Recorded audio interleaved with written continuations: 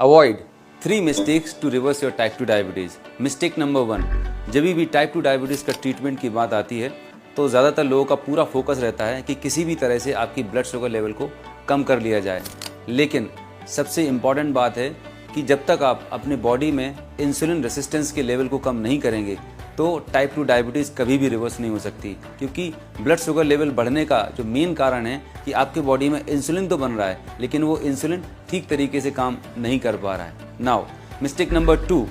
ज़्यादातर लोगों को ये बताया जाता है कि डायबिटिक पेशेंट्स में इंसुलिन का प्रोडक्शन कम होता है, बट अगर आप रिसर्च की माने तो अकॉर्डिंग टू रिसर्च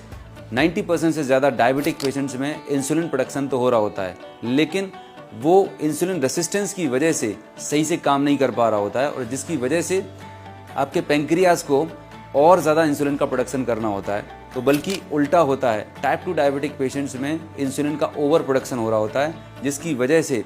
ये हायर लेवल ऑफ इंसुलिन उनके बॉडी में इस ग्लूकोज को विसरल फैट में कन्वर्ट करना शुरू कर देते हैं और ये विसरल फैट बाद में और ज़्यादा इंसुलिन रेसिस्टेंस को प्रमोट कर रहा होता है। कुल मिला के एक तरीके की विशियस साइकिल है जो कभी ख़त्म नहीं होती है। Now mistake number 3, type 2 diabetic patients को दवाइयों की बजाय इंसुलिन दे देना चाहिए। ये सबसे बड़ा ब्लंडर है। अगर आप लेटेस्ट रिसर्च पेपर्स की बात करें तो उनमें एक क्लियर कट बताया गया है कि जब आप टाइप 2 डायबिटिक पेशेंट्स को लंबे समय तक बाहर से इंसुलिन देना शुरू कर देते हैं तो फ्यूचर में इस एक्सेस इंसुलिन की वजह से उनको कार्डियोवैस्कुलर डिसीज़ और हार्ट अटैक की रिस्क बहुत ज़्यादा बढ़ जाते हैं।